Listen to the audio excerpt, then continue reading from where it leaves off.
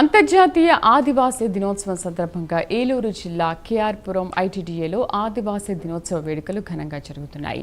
ఆదివాసీల సంస్కృతి సంప్రదాయాలను ప్రతిబింబించేలా ప్రత్యేక వేషధారణలు, సాంస్కృతిక కార్యక్రమాలు, నృత్యాలతో వేడుకలు సాగుతున్నాయి. ప్రకృతిని పరిరక్షించడంలో ఆదివాసీలే ఆదర్శమంటున్న ఎమ్మెల్యే చిర్రి బాలరాజుతో మా ప్రతినిధి సత్య ఫేస్ టు ఫేస్. నేడు అంతర్జాతీయ ఆదివాసీ దినోత్సవం సందర్భంగా ప్రపంచవ్యాప్తంగా కూడా ఆదివాసీ దినోత్సవం జరుపుకున్న పరిస్థితి అయితే ఉంది. ప్రస్తుతం మనతో మాట్లాడేందుకు ఎమ్మెల్యే చిర్రి బాలరాజు ఉన్నారు. చెప్పండి, ఆదివాసీ దినోత్సవ శుభాకాంక్షలు ముందుగా ప్రయాణం తరపు నుంచి ఆదివాసీ దినోత్సవం గురించి, సంస్కృతి గురించి ఏం చెప్తారు ప్రధానంగా చెప్పాలనుకుంటే?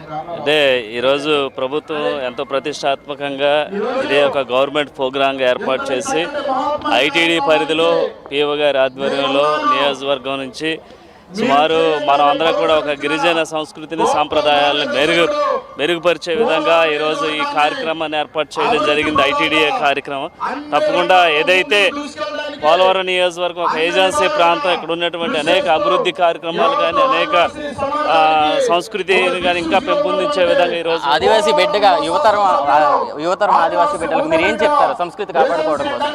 అంటే ఖచ్చితంగా ఏదైతే గిరిజనులు ఒక అవేర్నెస్ కల్పించే విధంగా, చదువు పట్ల కానీ, ఉద్యోగ అవకాశాలు కల్పించే విధంగా కానీ, డెవలప్మెంట్ విషయంలో కానీ, ప్రతి ఒక్క విషయంలో కానీ ప్రభుత్వం నుంచి ఏదైతే అవి వీళ్ళకి అభివృద్ధి పదార్థగా లేకపోతే గవర్నమెంట్ నుంచి వచ్చే ప్రతి ఒక్కటి కూడా అందించే విధంగా ఈరోజు మన ఎన్డీఏ కూటమి చర్యలు తీసుకుంటుంది. మేము కూడా ఒక గిరిజన బిడ్డగా ఈరోజు ఇక్కడ పోలవరం కాన్స్టిట్యూన్సీలో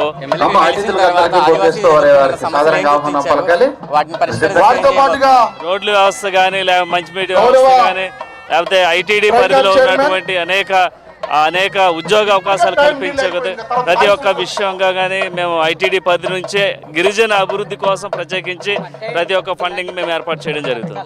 మొత్తంగా చూసినట్టయితే ప్రపంచ ఆదివాసీ దినోత్సవం ఈరోజు ఎంతో వైభవంగా జరుగుతున్న పరిస్థితి. అయితే దేశవ్యాప్తంగా దాదాపు 40 కోట్ల మంది ఆదివాసీలు ఉండగా ఒక భారతదేశంలో 10 కోట్ల మంది ఆదివాసీలు ఉన్నారు. ప్రధానంగా చూసినట్టయితే అడవిని రక్షించుకోవడం కానీ, నీటిని సంరక్షించుకోవడం కానీ, ప్రకృతితో సహజీవనం చేయడంలో ఆదివాసీల నుంచి ప్రతి ఒక్కరు కూడా నేర్చుకోవాల్సిన అంశంగా చెప్పుకోవచ్చు. కెమెరా పర్సన్ శేఖర్తో సత్య, ప్రైమ్ న్యూస్, ఏలూరు జిల్లా నుంచి.